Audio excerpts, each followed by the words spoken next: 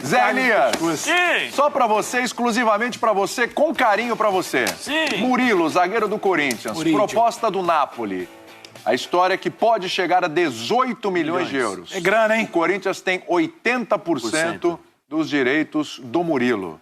Você venderia? Sim. Pra ontem. Eu acho um negócio. Eu não sei se... Baita, eu não sei dizer. se o discurso do presidente do Duílio mudou. Se o Corinthians está cheio de Não, grana interessa agora, a venda. Acho que o Corinthians vem a se opor. O Corinthians está falando em 20 milhões. Quando a gente fala 20 milhões, é para chegar a 18. Isso. Né? Mais ou menos isso. Eu acho que vende. Por 15 você já vendia? Não. Eu acho que tem que calcular em ficar com 15, né? Já que tem 80%. Perfeito. Você bate 18 milhões, você está ficando com 14,5, quase 80 milhões de reais. É grana para o zagueiro. Dinheiro. Ainda mais para o momento que vive o Corinthians. E o Corinthians Eu tem, tento vamos lá, das- tem Caetano, tem o Lucas Veríssimo, que acabou de chegar, tem o Gil e o Bruno Mendes. Sim. Já dá para liberar o garoto. Você pode, hein? Eu acho que a dúvida do mercado é, o Murilo tem o quê? 15 jogos? 20 jogos? Acho que 20, deve ter uns 20 jogos. Ele está valendo isso. Janela de final de ano, será que ele vale mais?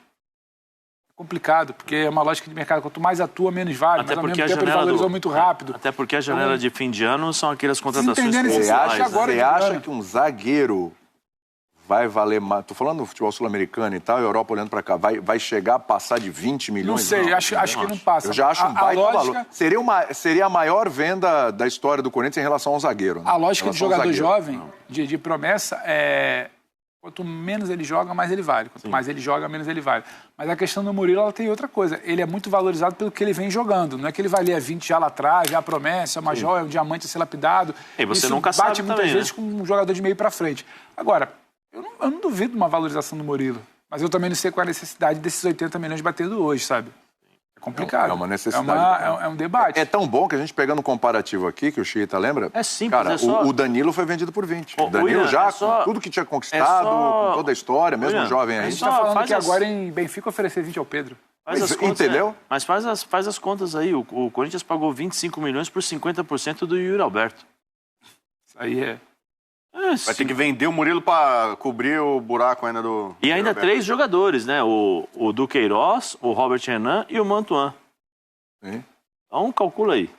Não, e esse negócio de que o Corinthians já bateu meta de vendas em 2023, né? Já teve 110 milhões, aí a meta era 90. Meu amigo, não é porque bateu a meta, não, agora tá bom. Não, continua ruim a situação. Né? Continua. Então, puder vender, fazer mais, melhor ainda, né? Melhor ainda. Aliás, Corinthians que vai pegar o Internacional nesse final de semana.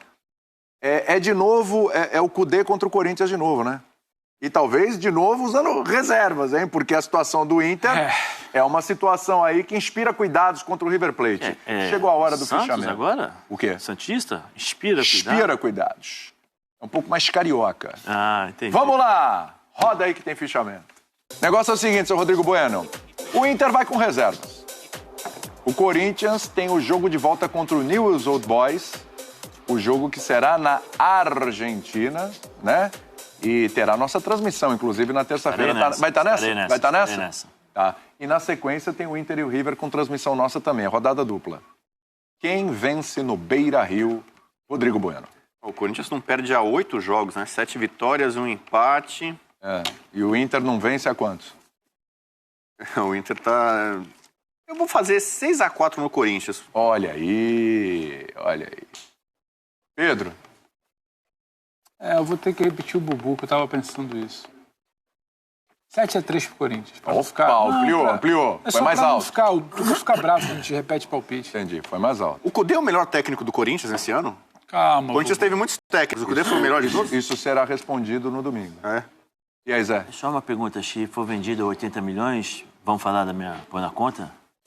Porque fui eu que dei espaço. Não, já jogava antes. Vai lá. Mas ele vai tentar capitalizar É essa... lógico. É lógico. 6-4 Corinthians. O Corinthians, pelo menos as informações que eu tenho, vai jogar com um time titular e ele vai mesclar. Eu sei que no fundo, contra- todos vocês estão achando que vai dar um empate, né? Não, 7-3 Corinthians. Tudo bem. Eu acho que vai dar empate. Eu também, mas não pode votar no empate. 6-4 Corinthians. Pô, ninguém no Caramba. Inter. Não. Galera do Inter tá bem insatisfeita comigo, já falei que o River passou, né? Eu dou... Porque, assim, de verdade, eu tô colocando mais fichas no Corinthians, que o Inter vai todo reserva, mas eu já falei aqui que eu acho que o Colorado tem total capacidade de reverter o placar. Posso pedir para uma pessoa vir aqui fazer o fichamento, rapidinho? Não vai fazer essa sacanagem com ele. Ô, Hoffman! Não vai fazer essa sacanagem. Hoffman. Não merece. Vem aqui um minutinho, Hoffman. Você não voltou de Madrid para isso. Vem cá. O Hoffman não voltou de Madrid para isso.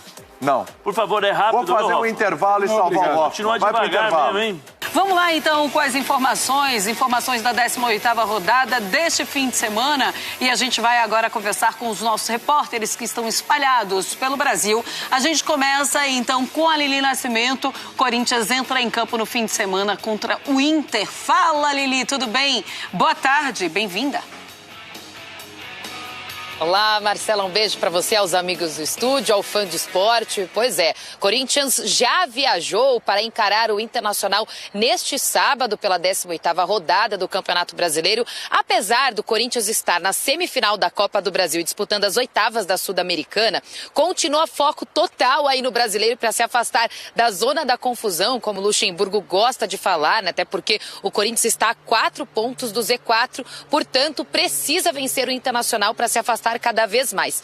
Para isso, neste jogo, ele deve ir com força máxima dos titulares que estarão disponíveis, tá? Renato Augusto, Gil e Fábio Santos estão de volta. Eles foram poupados na Sul-Americana, mas viajaram com o elenco, entram em campo neste sábado. Agora, em contrapartida, tem alguns desfalques importantes também, tá? Não será desta vez que Lucas Veríssimo irá estrear aí pelo Corinthians. Ele segue aqui em São Paulo, adaptação física no CT Joaquim Grava.